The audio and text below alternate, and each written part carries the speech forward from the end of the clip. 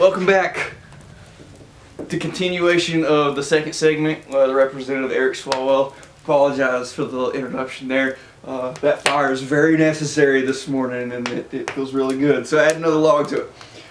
Okay, so Eric Swalwell's comments about the government having access to nuclear weapons. So he claims that it would be a short war between the government and the pro-Second Amendment supporters throughout the country.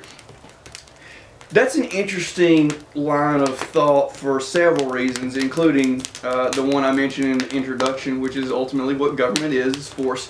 But besides that, I would like to point out to Mr. Swalwell, who I would bet bottom dollar is very vehemently against our involvement in the Middle East in several instances. And I would ask, what makes you think our government, with this huge cachet of nuclear weapons, would have any more success against a really well-armed citizenry of the United States than it has in Iraq and Afghanistan? Afghanistan being mostly a bunch of goat herders that have very limited weapon access, and we are still over there. President Obama kept our troops over there. In fact, increased the number of troops in Afghanistan during his presidency. We have not won a war over there against the goat herders, who are not as well armed as the American citizens. It seems really strange to present the logic, I don't know that it should be called logic, that Mr. Swalwell believes the American government could just defeat the American citizens when we can't defeat civilization that is hundreds of years behind our own. Very strange. Okay, now, the second point I would like to make, his comments are the exact reason that I am pro Second Amendment, and I don't mean you own a handgun to protect your house, or Joe Biden's get yourself a shotgun that's not high capacity magazine. I want the American citizen, if the government has access to tanks, I want the American citizens to have some tanks. I'm not making that up. The worst atrocities in human history have been done at the hands of governments across all different cultures, across all different parts of land on this planet. Government has been the single biggest mass murderer in human history.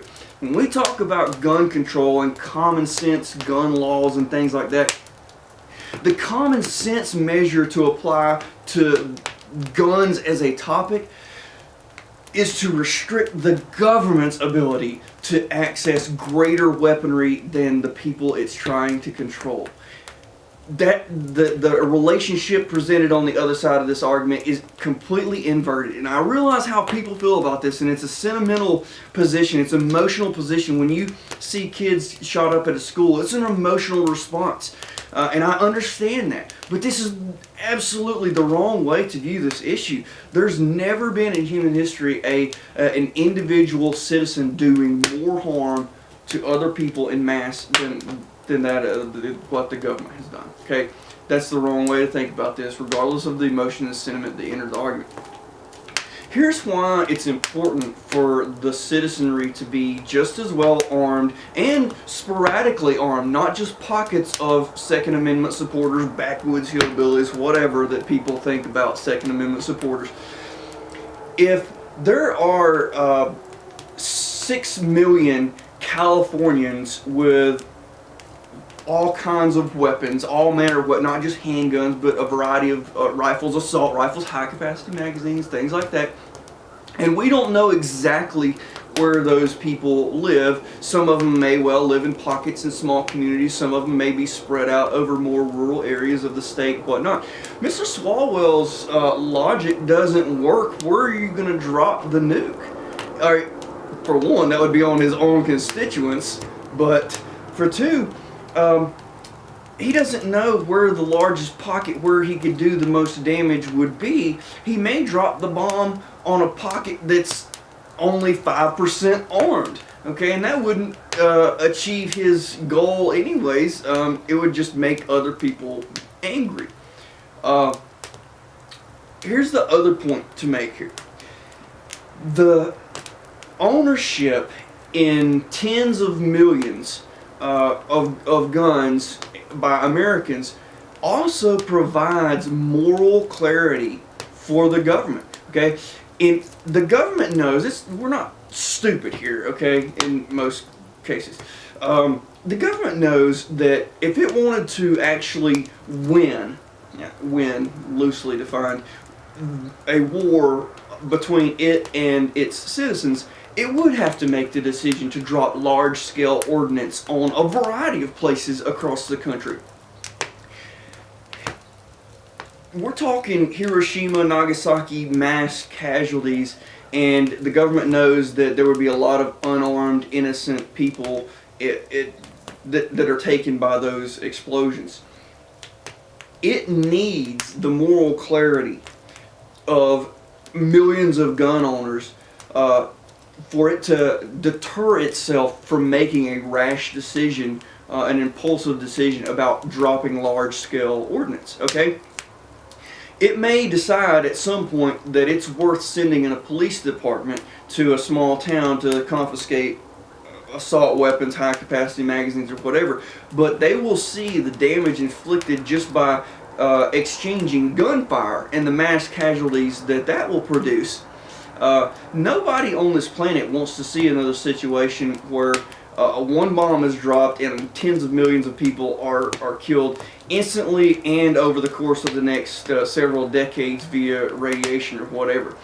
The ownership of those guns en masse absolutely does the deed of deterring impulsive mass casualty type actions employed by the government. And there are a lot of other important reasons for citizens to be armed, none of which are for hunting purposes. That's a ridiculous argument. But I do want to make it very clear here that Representative Swalwell's comments, that is the logical ends of what government action looks like when it wants to do something to citizens. No matter what the public policy, no matter what the program, redistribution, confiscation mechanism is, if government wants it done for the populace and people don't want to do that thing, in order to make people do that thing, you have to point a gun at them. First, it starts as a metaphor. It's, okay, well, I'm going to threaten you with jail time. Well, I don't want to go to jail. Okay, I'm pointing a gun at you, get in the handcuffs, and we're going to jail. If you put up a fight, they will shoot you. Okay, that has happened throughout the course of human history. This is a demonstrable thing. It shouldn't be a controversial topic, although it certainly is. It can be. But make no mistake about it, Eric Swalwell was being an honest politician. Right, wrong, stupid as the comments may have been, it was not sarcastic. That's what government is. I hope you found this particular episode thought-provoking and enjoyable as always. And if you're in my area, bundle up. I hope you're prepared. Milk, water, bread, firewood. Have a great day.